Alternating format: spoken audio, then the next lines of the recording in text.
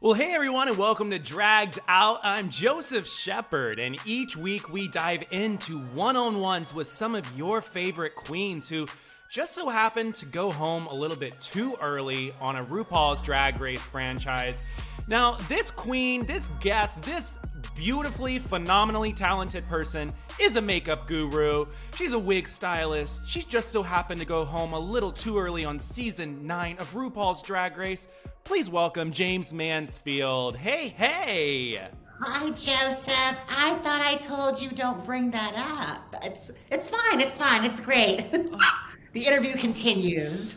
I look back on meeting you for the first time, and it was probably my favorite interview that evening. It was the red carpet finale for season 9.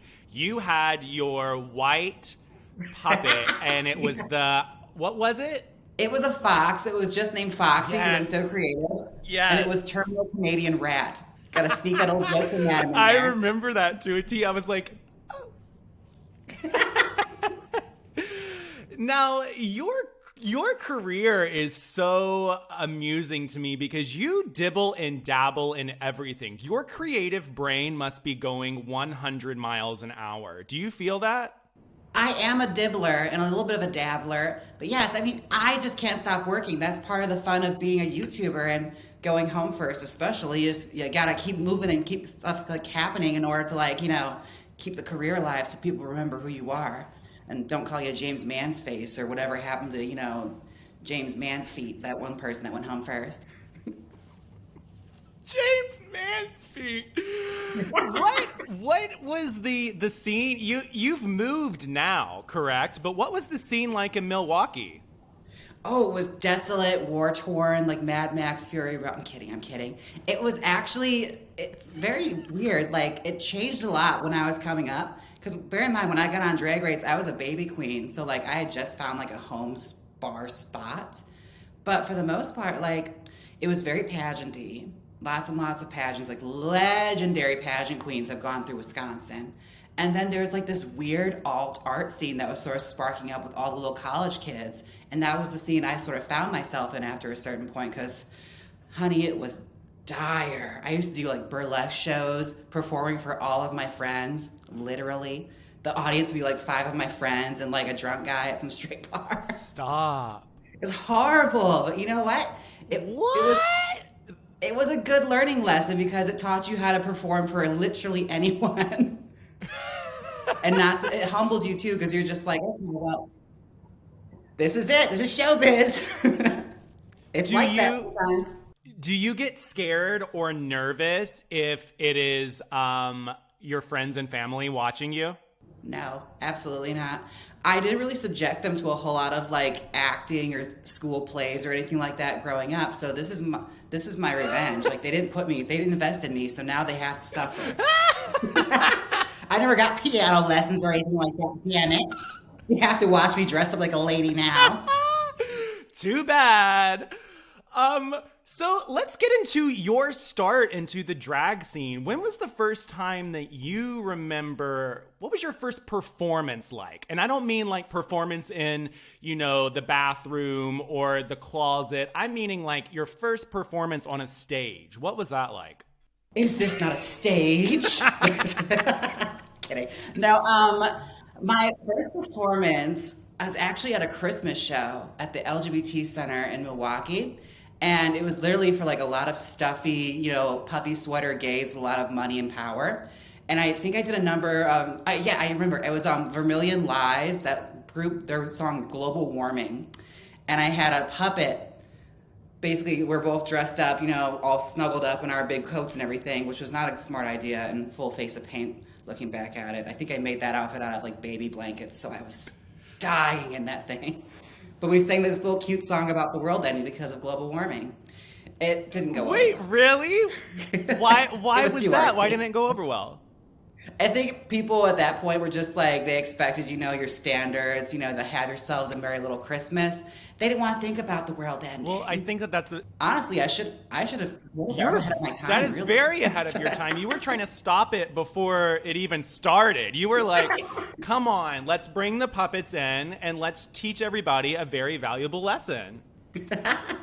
Wake up, damn Wake it! No, I wish I should lie and say it's more of a political statement, but honestly, I was just trying to be funny. Now, how long had you been doing drag before you ended up auditioning for Drag Race? I literally first auditioned for Drag Race the year I started drag. That's how, not would say I thought I was ready. I just wanted to be out of Wisconsin. So like by any means necessary, I was gonna get out. Oh, when I finally got on that thing, I look back at my audition tapes like, babe, you were lying. Wait, You're what were a you liar. lying You don't about? dance. Who you fooling? I fully was like, girl, I'm a performance artist. I perform all the time. I'm a dancing queen. I'll give you everything. I'm like, no, you won't. But I interviewed really well. That's why I always had a job. I just never kept them. Drag Race was no Well, exception. speaking of Drag Race, I mean, eventually you get on the show, and one thing that I have heard from so many people is you had Rupaul saying it, you had Michelle saying it, you had Alexis Michelle saying it, is that your audition video was like the funniest thing ever. What was in this audition video? Oh man, it's incredible to think of. I like the idea that people think it's so funny because it was nothing for me when I was doing it. I was just talking. And like it's really like my low budget, production that was making it all happen. I like did the Sissy That Walk acting scene with a puppet. Like we're going back and forth fighting, like it's Valley of the Dolls.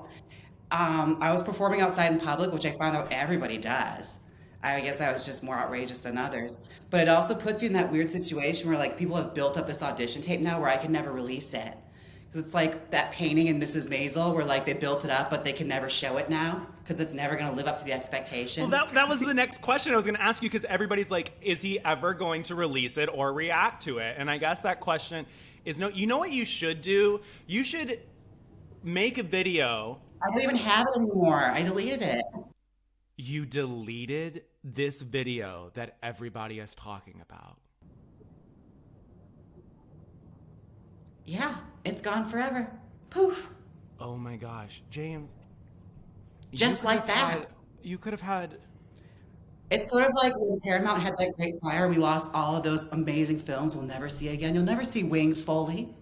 It's just like that. What? Did you burn it? Did you burn it? You pulled out the tape and you were like, I'm setting fire to this. Imagine yourself in more fire. You get on Drag Race. We're never going to see this tape from what you're saying. It's never going to see the light of day, but we will just know that it goes down in history as making so many people laugh, but none of the people at home, but just the behind the scenes. Tens of people have laughed at this video. Tens of people. You walk into the workroom. Did you know any of those queens when you walked in? I knew of Peppermint because I was literally just talking about her on my show Drag Herstory like a few weeks before.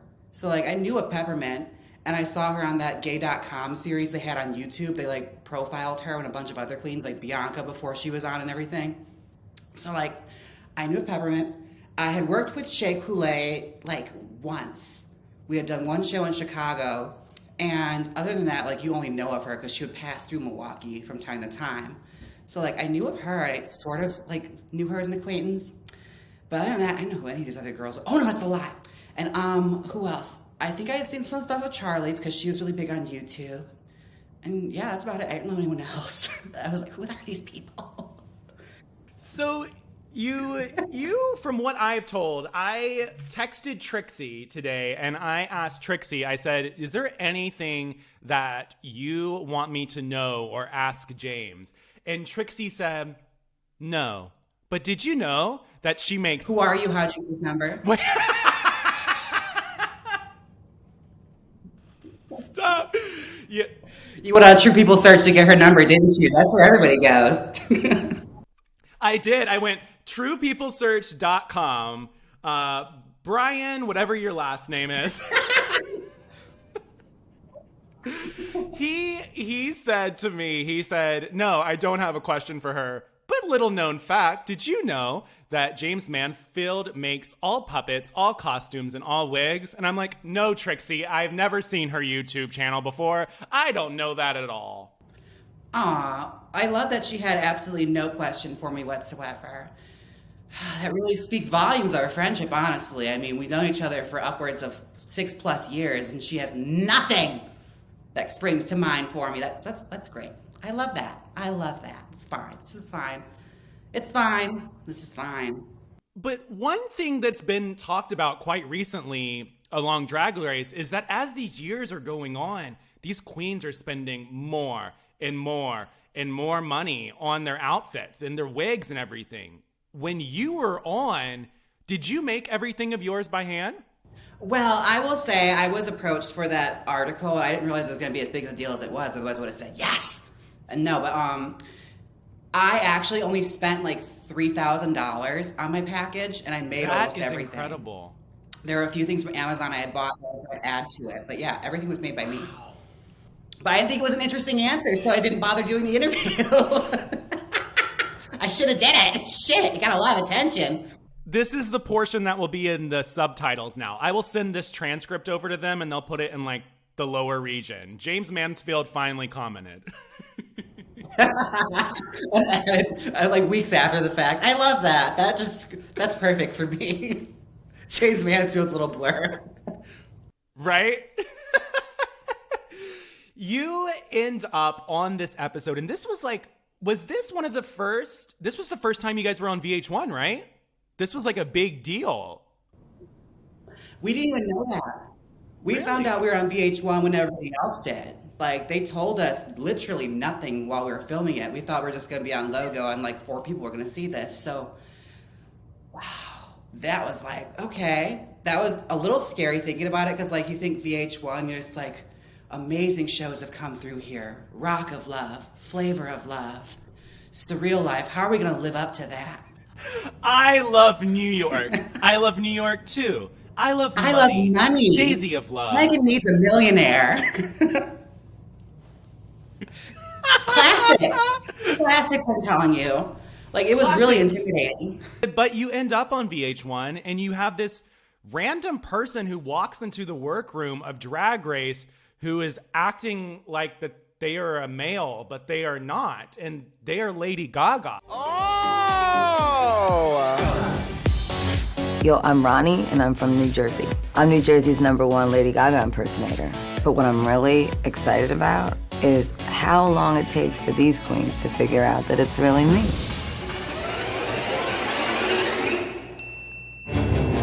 Did you have any suspicions? First of all, like, everyone was like spooked by it. They're like, I think it's her. I think that's really her. Like, they're all whispering. And like, I didn't really know much about Lady Gaga. Like, I knew she was famous and everything, but like, I wasn't really like a big Gaga. Like, I wasn't a huge Gaga fan. I'm more of a Barb. So like, you know, we divide our lines in the sand. Okay, we are aware of her existence, but I have my own queen. And I forgot to ask you that, Joseph. Before I continue this interview, are you a Barb? I am a Barb. I love me some Nikki. This interview continues. All right. It's like, this is over. Slam it down. But like, yeah, everyone was whispering, like, I see the thigh tattoo. That has to be her. And I was like, she has a thigh tattoo? How do you know all this stuff? But then she threw the mask off. I just followed her into the bathroom. That's it. It's the real McCoy. It's the real thing. And I will say this. When you guys had to come out on the runway with your Gaga look, I understood where you were coming from. I do not think that a lot of people understood where you were coming from, but you were channeling Lady Gaga on the cover of Vogue, but the pre-photoshopped version. Am I correct? Yes. I mean, I would like to think I was serving the Photoshop version. It was basically, you know, before the photo was taken, as she's walking over there and she's imagining what it's all going to look like after it's doctored up, you know? There was layers to that, okay? And honestly, as far as that runway goes, it was not my worst one. That was the better of the two. My hometown look was total bullshit. And you know, That's the one I was bullshitting on. Okay, like Well, and you had the privilege too of being a first out queen who ended up being on 2 episodes because you didn't have an elimination that first episode. no, thank God, because I would have been in the bottom compared to everyone else's packages. Yeah, like the Lady Gaga one, I was proud of though because we got 2 days to do it. They told us 2 days before we left, so I had to buy purple fabric out of nowhere and search all of her glossary, all these amazing outfits that I can make in a span of 2 days. So I decided on that one because it's a silhouette I always do. So I stayed up getting hot glue gun burns, trying to make all those little panels I put on there, which was a mistake because the HD camera completely erased them. I made little panels to cover the whole dress in. Had I known, I would have just wore, a black corset and a hat or something, The level and the love of drag that you have is so outstanding to me. Like, I think that you encapsulate something that we aren't technically, I guess, used to seeing like on the television of RuPaul's Drag Race, because you have the fashion queens, you have the comedy queens, you have, these queens who are just known for their lip syncs. You are a full-blown personality. How much of you out of drag is you in drag? Absolutely none of it. That's the thing, like, when I was out of drag and stuff like that, like, I'm very much more subdued. Like, I cut a lot of jokes, but on the most part, it's just, I like to stay home and hang out with my friends. Like, this is the only time I really turn it on, is when I'm out in drag. The asshole comes out and you get Jaymes Mansfield. It's got to turn it on. It's my own little outlet. It makes me outgoing. It forces me to be outgoing. Yeah, it forces you to be outgoing. Were you outgoing in that cheerleading competition challenge that was known as the killer of 10 million queens? We're going to talk about the cheerleading challenge. All right, here we go. Let's get settled in then. Okay. Now, bear in mind, I have no athletic background whatsoever. I wouldn't even run miles in gym class. I was that kid that would walk with all of his girlfriends. Yeah, no. Yes. I'm not athletic. So I took it upon myself, like, I'm really going to push myself in this because they haven't really been impressed with any of my runways, and my white party runway isn't that great either. So I'm going to make sure I really, really nail this challenge. So I stayed up all night learning that stupid choreography and figuring out all of, like, the tumble passes and everything. And I settled on that tumble pass because I knew it was the only thing I could do that was athletic. I was like, I could throw myself forward. Like, I ain't doing no fucking cartwheel. That ain't happening. So yeah, I did that, and I kept doing it, and I practiced all night. And when the challenge finally happened, they judged everything. The girl who won for smiling. So yeah, long story short, the cheerleading challenge was bullshit. And I don't think I should have gone home. Yeah. Well, I don't think you should have gone home either. But how long did that take to actually, like, film? Did you just have one take? Did you have multiple takes? When did Eureka break her leg or whatever she did? Like, did that happen over the course of multiple takes? I wasn't even looking when she when she hurt herself. I think that it happened on, like, the first, and she did it again with her injury.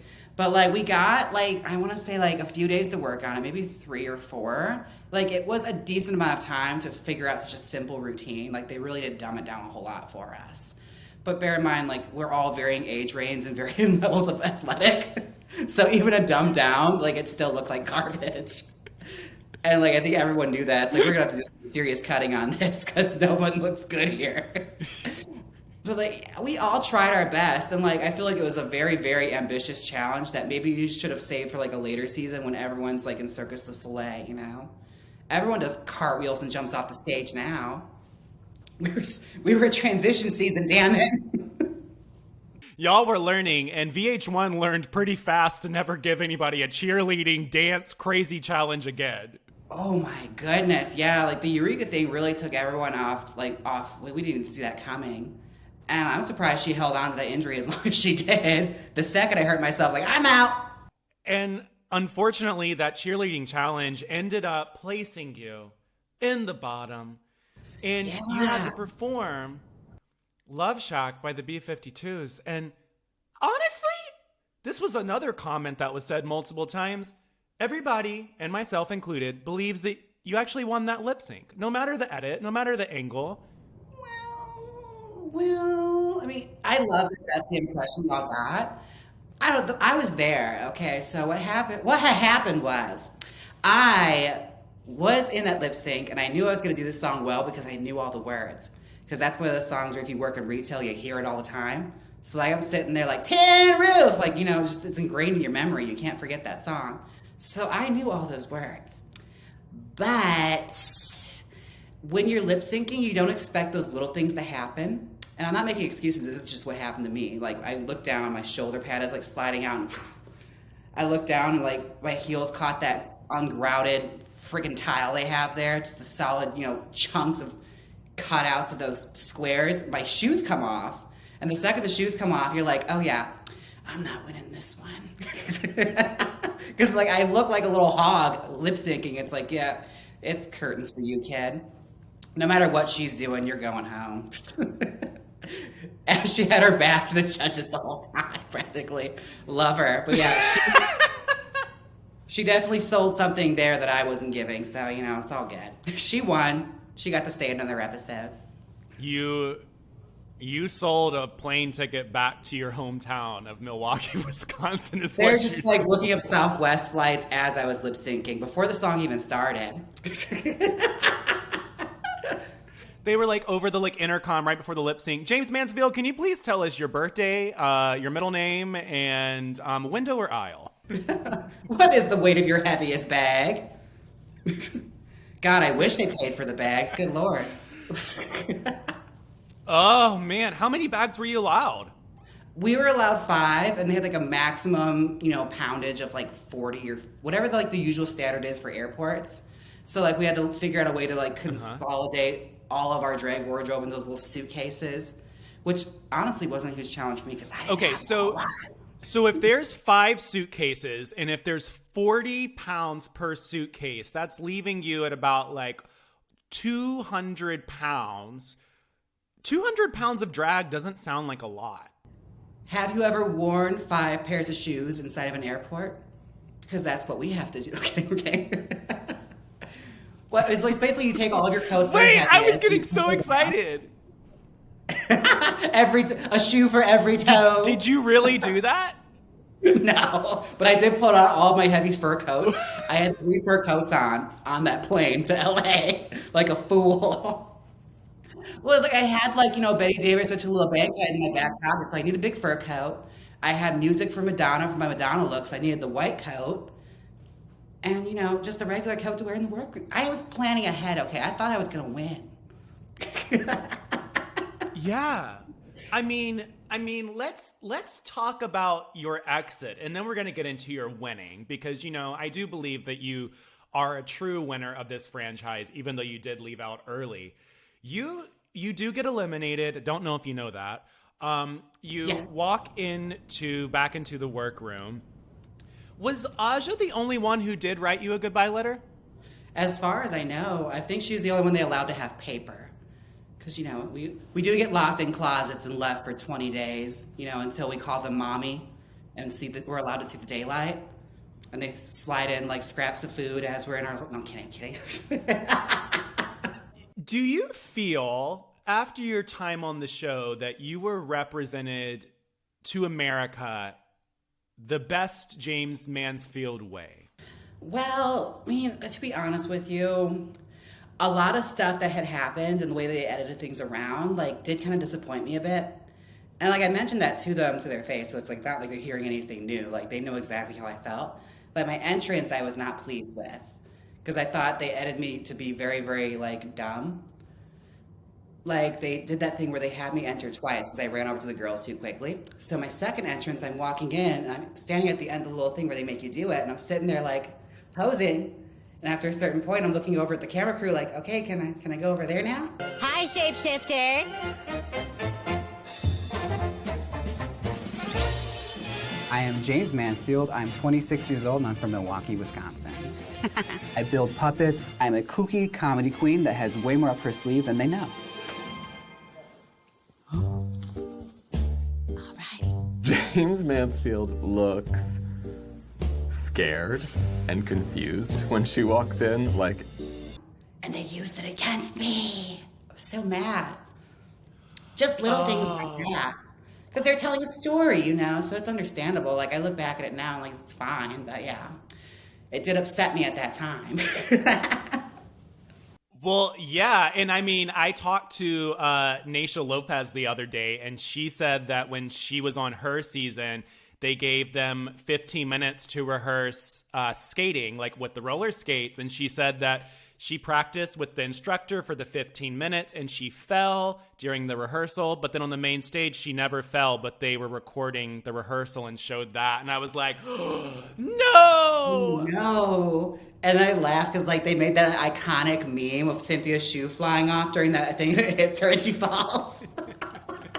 I love it so much. You didn't like your entrance and the way that was on the screen. Was there anything else that you wish that would have been shown?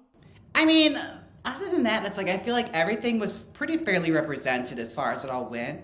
And like I got it. Like the only time I could really think of, like I don't really have that many bad memories of the show. Like going home first really sucked and I bawled my eyes out.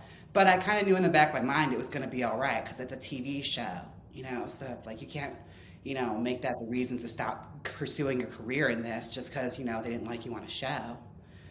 But I will say, like, the only bad memory from Drag Race I really have, actually, it's like, it all happens after the fact, you know? Like, just the little things you don't expect. Like, life slaps you really hard when you don't expect it. Like, I remember we had to film the promos, and, like, all the girls were, like, meeting around. And, like, I barely knew anybody because I wasn't there that long. And they're all discussing, like, you know, all these managers that are approaching them and stuff. And I'm thinking to myself, like, no one's approached me for anything. Because, like, everyone knew what happened already. So I'm just like, it really sits in you like, crap. Like, no one's really thinking of me at all. And, like, that's the kind of stuff that would weigh on you that you don't expect. Like, it hits you out of nowhere. And, like, everyone's just like, yeah, I got, like, 4 or 5 people hitting me up. And it's like, I have no one. And, like, thankfully it was Cynthia, of all people, that recommended, you know, my manager I currently still have. But, yeah, like, it's one of those things, like, you don't expect that, you know? Because you think, like, oh, I'm on this TV show, everyone's going to be reaching out, and it's not the case. And it just means you have to be doing more work, you know? You have to keep working. Yeah. And it's going to be up to you to make something happen. Don't sit around for it. Well, that's exactly what you did, though. You've made so many things happen. Like, one of my favorite things to do is to go to your YouTube and to watch your videos of you styling wigs. I don't know why I find this so interesting because I'm not a wig person whatsoever. But just watching you take some cheap-ass wig and change it into something that looks amazing, I am like, how in the world? What goes through your head? Where did the training come from? Like, how did you even think I'm going to put this on YouTube and people are going to watch it? It sounds so bizarre, but like the training is honestly just from trial and error and like just learning on the job. Like when I started, there was really nothing. Like there was no one teaching you how to do wigs. So like there was a hole in the market there. And honestly, like I remember was watching a few videos on like how to root a hairline and practiced it. And you know, you had 2 days to do it, time to film it. And it just kept going on from there. And like, I noticed a lot of people really like it when I struggle and I suffer. So like, the worse the wig is, chances are the more people want to watch it.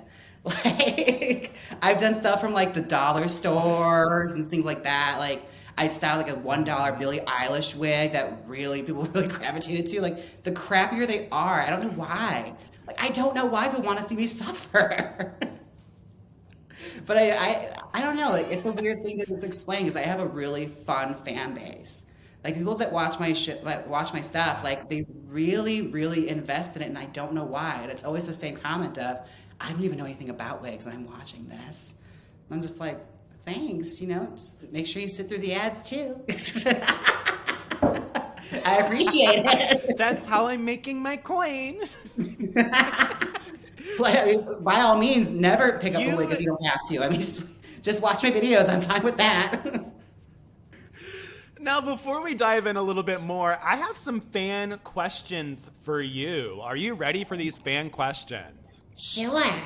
From JLC. This is a multi-level question. First, how was the move? Is there more? Or is that it? Oh, you'll answer and then I'll ask the next part, so then you don't forget it. Jesus, okay, this is a lot of instructions. It's like learning how to play Monopoly. Okay, let's see. How was the move? Okay, it's chaotic. I'm still currently in it. I'm not fully set up, but I did set up the Barbies, so like the most important things are done so far.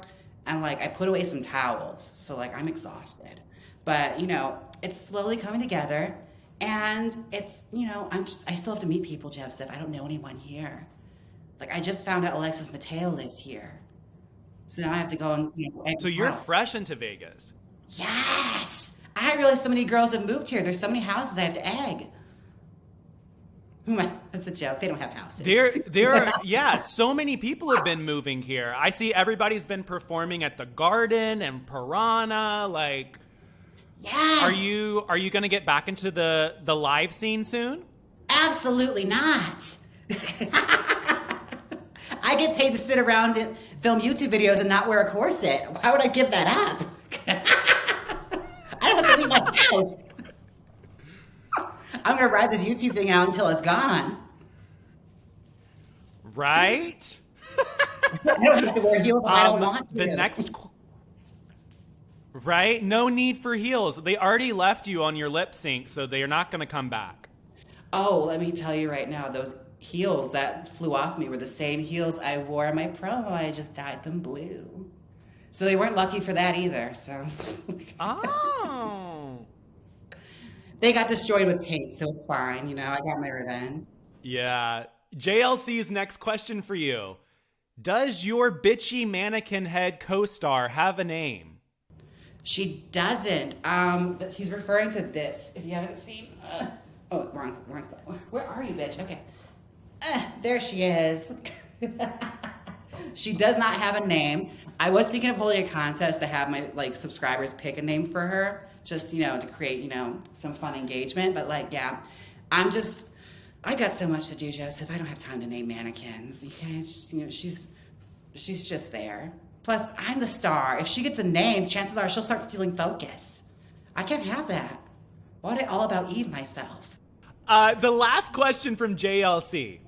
I know that you're required by gay law to answer a question about All-Stars, but maybe if I change this up, you'll answer it in a different way.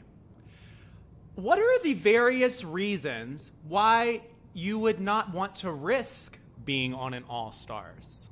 Do you feel like if you were to go on an All-Stars, you could be risking or hurting your career? I wouldn't say I'd be hurting it. I mean, I feel like it would definitely be a nice little boost, but it's not one of the things where I really put a lot of stock into it, if that makes any sense. I'm happy doing what I'm doing now, and I'm happy having all the control that I have and being in, you know, basically in control of my own destiny. And with RuPaul's Drag Race and everything, like, you sign a lot to get back on that TV show. And you have to sacrifice a lot in order to do it. So I'd have to put aside my business, my YouTube channel, a lot of stuff I'd have to put to the side in order to do that. And to be quite honest with you, I just don't really see why I would want to. I feel like I've already showed what I can do. It'd be nice to have the platform, nice to have the exposure on television, but that's honestly all I would be doing it for. And I don't really have that competitive spirit like that. You know, it's not really my thing. I didn't like the reality TV show aspect of anything, you know? So, I mean, if I was asked, I probably would say yes, because I would gladly no. If they said to you, Jaymes, we will let you re-sign the same contract you signed for season 9. You will not have to sign this new one. And I was not referring to that, for 4 by years. the way. I was more in terms. I don't know if that contract is real or not. So that's not what I signed. Good Lord. My God, they practically have your firstborn by this point. No, right? Like I said, if I were to go, I just want to know that I'm having fun with it this time, and it'll be a different experience. Because like I said, I was a baby queen when I got on. I'm not the same person I was 4 years ago. That was 4 years ago. That's the problem too, is a lot of people seem to love to live in that moment and think that's how you are forever. It's a lot has changed, babes. Honey Dips, that was 4 years ago. You're not the same person? No. It's like that Bridesmaids argument. I wanted season 9. I wanted season 9, Jaymes Mansfield on this show. This is blasphemy. Bad. We want Jaymes Mansfield from that season with her nude lips that got erased in the workroom and her no eyebrows as a boy. Yeah, it was a rough time, you know. Take the one you got now. It's a lot better. So you get off the show. What was reception like for you? Because I think you were one of the first queens to go home first, who I absolutely loved and a lot of people remember. Do you feel like you had more of a name to yourself than the others who went home before you? I definitely had an advantage because it was on VH1, so a lot more people got to see me. But other than that, like, I knew there was going to be at least a guaranteed small crux of people who would get it. And there's going to be a lot more who didn't get it or just blindly follow whatever something tells them. And those are the people I decided from that point on, like, I wasn't going to care about them. You're just going to focus on the ones that love you and want to see what you do. And that's exactly what I did. Like, the second I got home, my boyfriend told me flat out, like, we have to start working now because you didn't get to stay on that show as long as anyone else, and you have to make sure people see you. And that's exactly what we did. Like, we're a team. He's my boyfriend, Ernie. He's honestly the reason I'm so passionate about the YouTube channel, because had it been up to me, I probably would have just gone back to being a civilian and just gave up. It's like, basically, you have to have that strong foundation there that pushes you and motivates you to want to do stuff, you know? So when I got back home, I knew exactly what the perceptions were going to be because they weren't high for me when I left. So you took it upon yourself to prove all those people wrong and show them exactly what you're capable of. And I feel like I've done that. And that's also, like, to partly answer the All-Stars question, like, I don't feel like I really have to answer to anyone. Like, I don't have to prove anything to anyone. I feel good about what I present now. So why bother, you know? I love that you said that your boyfriend was the one that pushed you to keep going and doing and, you know, starting and doing the YouTube, because a very similar thing happened to me where it was like I had this idea to do it and I wanted to do it, and I literally was just like, told my boyfriend one time, I was like, maybe I'll do this. And he was like, you need to do it. He was like, do it right now while you have the opportunity. And if I didn't listen to that or keep pushing through, I wouldn't be talking to you right now. Exactly. It's always those people that just have to say, well, just do it already. You don't shut up about it. Just do it. It's that little push you need. Exactly. It's the little baby push you need. What would you say is the most negative thing to come from your time on Drag Race? Negative, as in pertaining to, like, my own personal experience?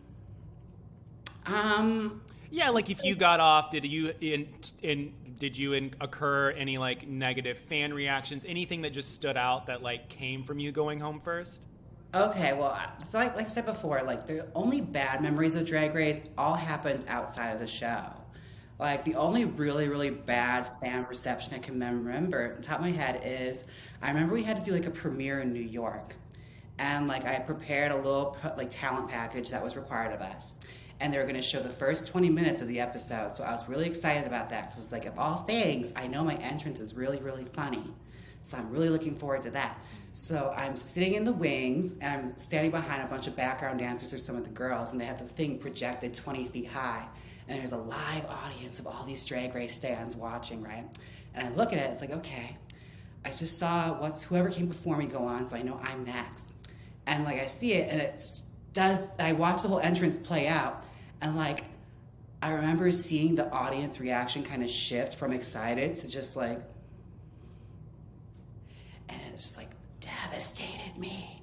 And I remember, like, the background dancer standing in front of me turned around and looked back at me, like, and, like, I remember I watched myself walk in with the puppet and everything, and they played my joke and everything, and they added all that sound effects to it and made it seem like, you know, I wasn't funny or anything like that. And I remember hearing boos, and that was the one point where I was just like, okay, I'm gonna just turn around now. And I remember as I was walking back, like, just all starts coming down, and I felt so shitty. And I still had to perform. So I had to somehow snap out of that. And of all people, it was Trinity and Kimora that came to my side and, like, were helping me through it, because I was devastated. And, like, it hurt so much. But I had to go back on stage because I had to perform. So I had to somehow muster that up. And I was like, okay, well, That sucked, but now you have to pick yourself up and you have to perform. You have to be so funny for these people that they'll forget that 20 minutes and think, well, maybe it's just editing. And I feel like I did that because, like, I did Julie Brown, Homecoming Queen's Got a Gun with a puppet, and I tumbled and everything. Like, I really gave it my all. And there was a Reddit forum where they were ranking all the girls' performances afterwards. And I was right near the top, I think right under, like, Aja or somebody. So I was like, okay. So I feel a little better about this now. That moment sucked, but that's all it was. It was just a moment. So you can't let that break your spirit, because there's got to be a lot more of those. Yeah, and you took, I mean, I will say that you took your reign on the show, and out of the season 9, 10, 11, 12, 19 million girls that we now have now, you are still a name, and you've kept your name, you've kept a great social presence, great YouTube, and now, recently, I was like, oh my gosh, is that Jaymes Mansfield and Trixie Mattel sitting in some chairs with the lovely little hair dryer? Jaymes Mansfield with the blow dryer? What's going on now? And I was like, all right. So I want to talk about this bottle blonde and how this whole collab ended up coming about. How did that come? Did Trixie just call you and was like, yo, bitch, you're going to do this? Well, I was doing wigs for her here and there. Like, we had started a relationship. Like, we'd known each other for years. And when I started the wig company, my boyfriend actually started doing hand tying for wigs. And we offered it to Trixie because I know she loves to do, like, those pulled back hairstyles. So I was like, if you want, we could just make you a wig. If you want to wear it, that'd be great. And it just kind of started from there. Like, we started making wigs for her. Like, we do like a lot of her base wigs. And from there, it turned into me doing a couple wigs for her for some of her, like, launch videos. And then finally turned around to, hey, girl, I have this collection I'm launching. It's hair themed. So I think you would be a really good fit for this if you can do it. No rush. It's going to be on your birthday, by the way. It was just like, it felt like it was planned that way, but it all just kind of fell together. So it seemed like all these coincidences started happening. But I was like, we've always been really good friends. And I do love Trixie. Like, she honestly is one of the best friendships I've gotten from this Drag Race thing, because we knew each other before. I did wigs for her season. So, like, we have a history together where it's one of those things where we weren't the closest of friends, but, you know, trauma bonds are the strongest. So somehow we've managed to, like, just stick together and still remain good friends despite how awful I am to her. Despite all the terrible things I say to her. So awful that she couldn't even send a question for you. Exactly. That's why I wasn't that surprised. Like, I'm kind of a bitch to her in text messages, so. I think the last thing I sent her was nice. What was it? Let me see. Oh, hi, ball. It says. Maybe not. Maybe not.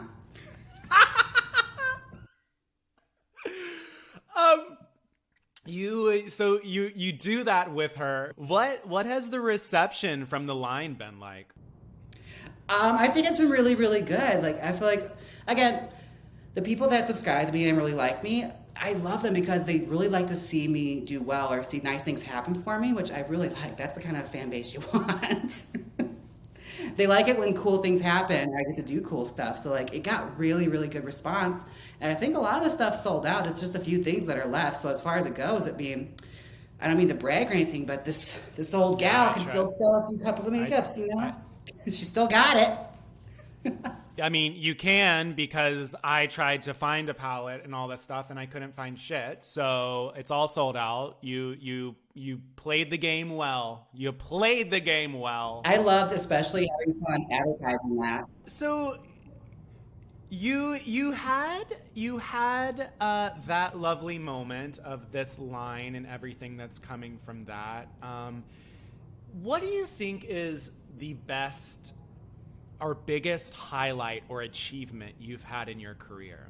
Biggest achievement. Let's see. There's a lot. Like, it's little things, but the little things mean a lot. Like, I got to do a Provincetown residence. I got to do one-woman shows, and those are the things that really meant, like, big career milestones for me, because they're things I always wanted to do, but never really had the opportunity.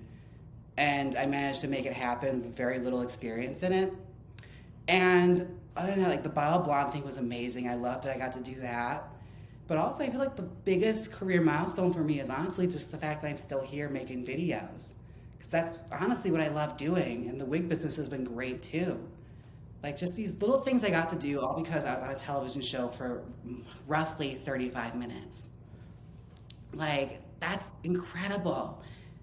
And like, you know, that's one of the things I really, really love, you know? It's like, it catapulted me to places I never thought I could go. And all I had to do was just take advantage of the little things that they gave me. You know, I'm in a very, very happy place in my life right now. So honestly, I thought you said a very hairy place. I was like, me too. Hairy. I mean, not thanks to Manscaped. No, not at all. By the way, if you use my code, you could save 20%. Plug that Manscaped. Yeah, go to Jaymes Mansfield Instagram. The code is there, and you can save there. Oh. And free shipping. Free shipping let as me well. ask you, do you have... What God can do. Yes, the free shipping is everything. International, too. International. Did you get your plaque yet? Because you're over 100,000 subscribers, right? There she is. Can you see her? She's back there, behind my shoulder. Just look over your shoulder. Look over the shoulder. Oh, you got a pretty one, too. Yeah, the little silver one. I remember everyone else telling me like how much of a struggle it was. It's like, you just have to be like me. Like how I was with the Rupaul maquette, I made sure I got that fucking statue, okay? Just as like I made sure I got that YouTube plaque. You just have to pester them. Pestering always works. Wait. So you took the statue? Oh, yeah, I didn't get to take it home with me, but I made sure to bother them week after week to make sure they sent it to me. That's the least they could do. Yes, as you should have. That's the least they could do. Those things are expensive now. They're going for over $1,000 on the eBay. And, you know, she barely survived the trip, you know, I mean, whoever pays that amount of money, you know, really think about your life choices. But still, you know, it is a nice statue. It is a nice statue. The flag broke on it, but it's a nice statue. I feel really bad because I didn't get the old one. Show is called... They have like the standing one, the insertable one. Wait, you don't... Which one do you have? Oh, I have the red one. With wait, I stole Alaska's. Hold on. You stole it? Does she know? Now's our time to look over Joseph Shepard's apartment. I see here some artwork he hasn't hung up. Oh, that's lovely. She actually bought it, Where's didn't yours? she? Mine's over here in the bathroom. She did buy it. Oh, fool. I made them send me it for free. That's mine. But the flag kind of broke though. So since this show is called Exposed, I would like for you to expose one thing that happened on the Drag Race show. Yes, show the... that happened on Drag Race behind the scenes that didn't make it to air. So this could be a heartfelt moment. This could be you eating chicken tenders on a hotel bed. This could be anything that happened behind the scenes that didn't show on camera that you were either sad, proud, mad, happy about. Okay, I can give you one. Let me think. Well, I'll give you two. I'll give you one. I'll give you one that's heartfelt, and I'll give you one that kind of pissed me off. So here we go. The first one that didn't get aired was an untucked moment where Lady Gaga came back and spoke to all of us. And she gave me a lot of compliments saying, you know, you are so funny. And I love the dress. The dress looks amazing. And I can tell you must have made it, which sounded like a read. But she said it in such a passionate way that it really like hit home. Like, oh, she likes me. And what was the other thing? Yes, she was also just like, her advice to me was, you know, if I were you, I suffered a lot in my early career because I always was playing characters. So I want you to show people the real you. And I took that advice to heart, and you know, I ended up not using the voice or anything in the later challenges, and they told me on the runway they wanted to see more of my characters. So, you know, that's fine. You know, not everyone's advice is great, but you know, she gave me a compliment, so I really appreciated that. You know, she's a sweet girl. She just gives really bad advice. And let's see. The second one, the one that pissed me off. Did you hear the promo story already? About the season 9 promo? No. Okay, well, what happened was we were told to make outfits that could possibly be destroyed because there was going to be some elements used during the promo. Like they're gonna throw, like ink and paint and all sorts of stuff, like colorful dust to make it look very visual. Well, I made an outfit that I knew I wouldn't care about if it got destroyed. So the day comes and it's the final hours and they said, okay, girls, get ready. Every girl is just like, I am not destroying this outfit. Rightfully so, because they were expensive. Ah, who's calling me? Oh my gosh. It was World of Wonder. No, okay. That's too perfect, though, right? Could you imagine? They knew. No, so yeah, they said bring a costume that could be destroyed. So I did, and it comes time, like me and 5 other girls all agreed to have our costumes destroyed because we didn't really care because they weren't expensive. So I opted to be first, and they hit me with paint directly in the face, like orange paint, just like spit it out my mouth. And it looked really cool on camera. I will give them that, like the paint and the dust and everything. And I'm looking at it, it's like, wait, the earrings I borrowed aren't on that shot. So neither is the necklace I had on because that was borrowed. And the other girls, all the stuff that they had on, like one of them wasn't wearing their breastplate for it. So none of these are really gonna sync up unless they're doing like some major CGI. And I thought to myself, like, they're not gonna use any of this, I bet. And lo and behold, when that promo premiered, not one of those queens was doused with elements. So I completely destroyed my outfit for no reason. Did the other girls just chicken out? Did anybody else do it? I wouldn't say they chickened out. Like 4 other girls besides me did it. The other ones were full on just like, this outfit cost $1,000. I'm not doing this. Which was smart, because they got to wear it again for photo shoots and have the keepsake. But like me and a bunch of other girls were just like, we're down to do anything. Let's do it. And we did it thinking it was going to look very visual, and it did. Like it looked really stunning. It just didn't make the final cut. Let me ask you, as we're closing this out, what's next for you? What's your career goals, trajectory for this year? What can we expect? Expect to see me doing a lot more with my business and a lot more YouTube. I have some really fun videos planned, especially the one I'm going to release tomorrow or the next day. Soon. I'm really excited about this one, and it may answer a lot of unanswered questions about, things people keep asking me. So just keep, I don't want to build up too much or give too much away, but it's going to be fun. And it'll probably be released by the time this gets out. So, can just figure it out from there, just detective work. Yeah. Where do you see yourself in 10 years? Hopefully dead. That'd be great for me. Because then I would be like, no, I would be old then. Never mind. That wouldn't work out. Hopefully still doing what I'm doing at a bigger scale. I'm just taking it one day at a time. I don't like to jinx anything. I'm very superstitious. You're just gonna have to wait and see. Yeah. I don't want to jinx anything, Jeff said. You have to wait and see. Let me ask you, last thing. Your fans asked this, and I thought I would go ahead and try to see if you can help me out.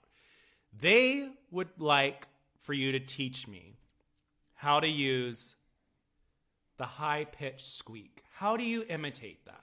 Oh, well, the way I do it is it's air that's trapped in the back of my throat that I just kind of push forward.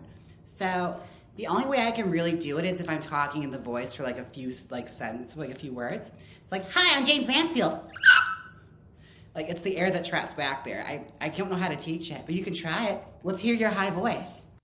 Oh my gosh. How high are we going? Hi. That high? Oh, that was cute. Yeah, try that. Hi. Hi. I can't do this so bad. Hi, I'm What's my Joseph name? Shepard. It can't be Jaymes Mansfield. Oh, Hi, I'm Joseph Shepard. Wait, how do you is it you breathe in or out? That sounds like a dinosaur. It takes a little bit of practice. I could usually, when I was really in my prime, I could really hold it long. It's sort of like, imagine you're imitating Mariah Carey. So yeah, so I had a vision of love.